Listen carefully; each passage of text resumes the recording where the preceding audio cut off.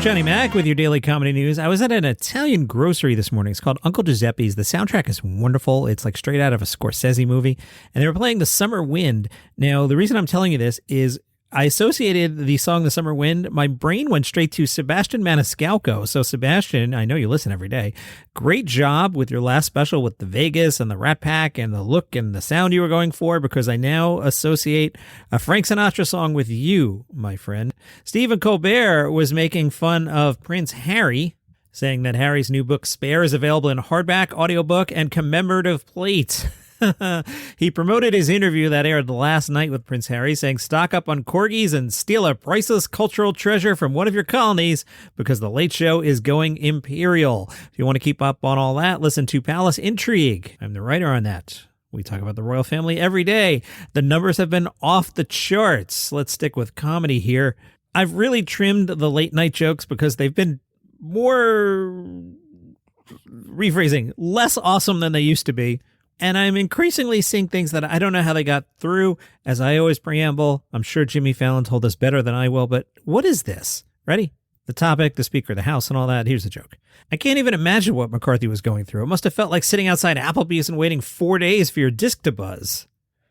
Yeah, I'm just picturing the Price is Right in my brain.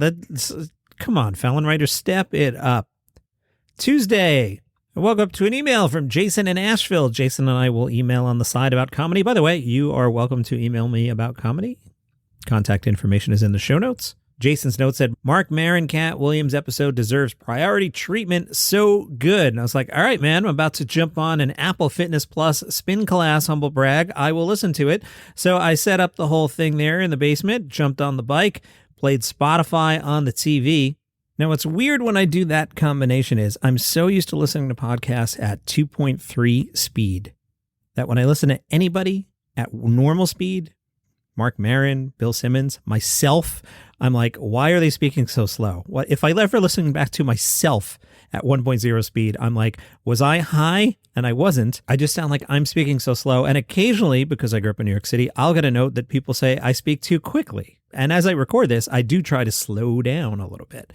So I hit play, and Maron and Katt are there, and like the first minute's a little funky. Maron's asking questions, and he's getting nothing back from Katt, but then they really click in. The interview is fascinating, so fascinating that I ran it through my transcription service. I'll share you some of it in a bit. My headline, Katt Williams, not at all what his public persona is. Very interesting, no pun, Katt, as they say. So I'll be reading here from it's a fast transcription, so sometimes the computer doesn't get all the words right, and it's a bit jumbled with who's speaking, so this might not be 100% accurate, but it's 98% accurate, what I'm about to share with you. Marc Maron was talking about watching comedy. He said, I was watching someone the other night. It's like they're just doing jokes, and the jokes are fine. There's still part of me like, why can't I just do the jokes? And Maron was talking about how in his act, he's saying something, capital S, capital S. And that tends to be the type of comedy I like, Chappelle being a great example these days of somebody who's saying something rather than shucking jokes. I was wondering who Maron was talking about, who's just doing jokes. I suspect it was someone with a recent Netflix special. Total guess on my part, but I know what Maron's saying there about somebody just doing jokes. There's nothing wrong with just doing jokes, but I, as a comedy snob, like to see that next gear. Katt talked about his previous special, which I didn't love that one, and I like Katt's comedy a lot. Katt Williams said, half my special was deemed too controversial, so I took half of the special out and replaced it with sex material because I got blowback on it. I had never been in that position before for the other 11 specials. This was the first time I went into a contract. Maron with Netflix, Katt, right. Maron, and they came down on you. Katt, it's not that they came down, Maron, but they said you might want to rethink. Katt, well, I'm saying anytime you're doing business, you get notes. Around what subjects, Katt? Race, religion, there's a lot of that stuff still in there. Maron's curious. Let's talk about it, man. I mean, what did they tell you couldn't do? If you can't do it, you might as well talk about it. Katt, I didn't mean to say that they told me I couldn't do it. Maron, but you chose to negotiate, to compromise. Katt, I prepared the material to be vicious, and yeah, I couldn't get the right amount of fluff in there. That particular piece, as I wrote it, just blew out the whole special, so no amount of goofy was going to balance that out. Again, rough transcript here. I'm even struggling with it. If you saw what it looked like, it's one big jumbled paragraph. Katt, Sodom and Gomorrah was burnt down not because of homosexuality, but because of nastiness. It's a city full of men. Maron, so they thought that was too much? Katt, no, it's just that there were 10 of them, meaning that type of joke, back to back to back, and yeah, it was pretty much all the biblical stuff. I was uprooting some firmly held beliefs. Katt Williams also talked about his time living homeless in a campment in the woods in Florida, and how he did some missionary work in Haiti. Really interesting conversation. Then he talked about how he became a pimp. Back to my quick transcript here, Katt Williams said, I knocked on this door, and the door was already partly ajar. I just hear people crying, and they said, come in. I went in. There were just these 5 ladies in there crying hysterically. Long story short, they were prostitutes. Their pimp had just been killed in front of them. They didn't know what they were going to do, so I ended up getting the job as the new pimp, but I didn't know what it entails or any of that. They trained me on the job. In the midst of that, I got these 5 women that are telling me every day about all effed up men, so they're letting me know every second of the day why men are worthless, so I'm being inundated, and I'm in college. Marc Maron was curious, how do you quit that job? Katt said, I didn't. I won the comedy competition, and I left. I didn't say anything. Marc Maron's like, oh, I get it. You just disappeared? Yeah, what am I to do? So then Katt Williams finds himself driving the bus as part of the competition, and he got to open up for some comedians on the bus, Richard Jeni, Steve Marmel, Jeff Foxworthy, and Dan Whitney, who you know as Larry the Cable Guy. Wow. By the way, it's good to hear Richard Jeni's name in this conversation. Jeni was a monster comedian, all but forgotten. There was a while there he was huge, probably number 1 for a little bit. Marc Maron with Katt Williams is a must listen. More details about Bert Kreischer's The Machine. Some spoilers here. The Machine is based on the story.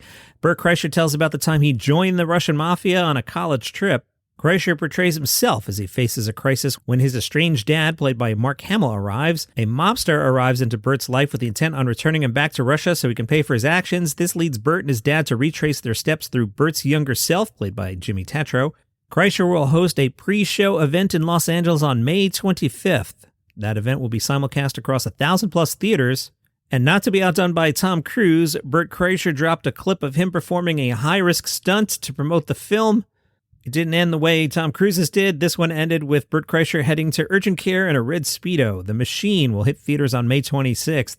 Never hitting theaters is the Workaholics movie. Adam Devine wrote on Instagram, Welp, Paramount Plus decided to cancel the Workaholics movie. Obviously, this news is the loosest butthole. I like that phrase. We're supposed to begin filming in 5 weeks. Paramount Plus told us we didn't fit their new global strategy.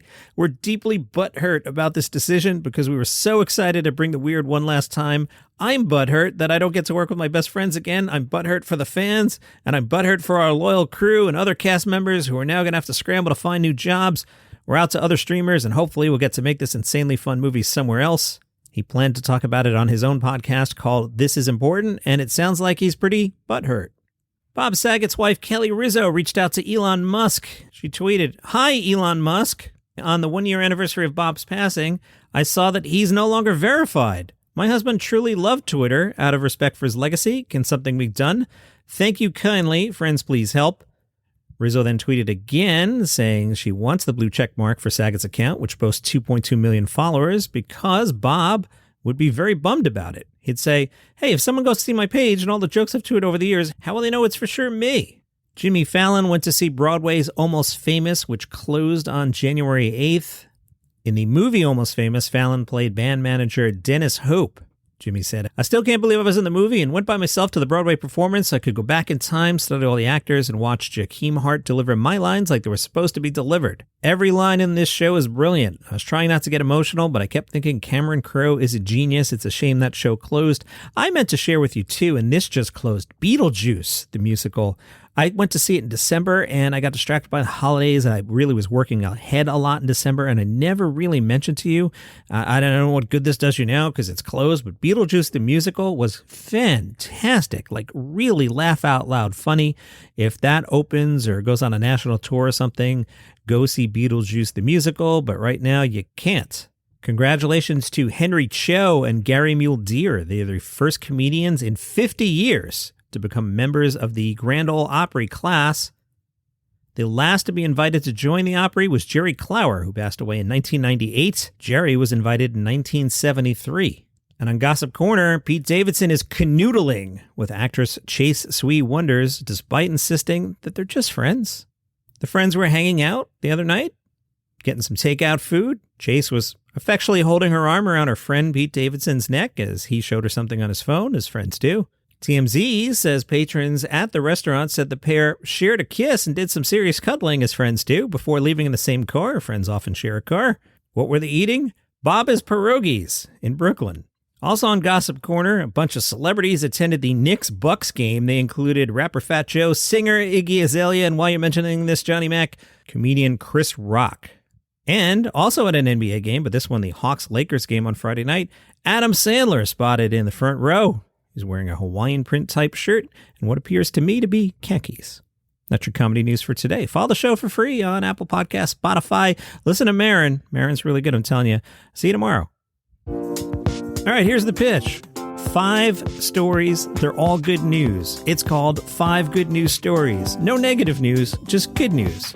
Nice, easy way to start your day. Hopefully a smile. Hi, I'm Johnny Mac, host of 5 Good News Stories. You get the premise? There's 5 stories, and they're all good news.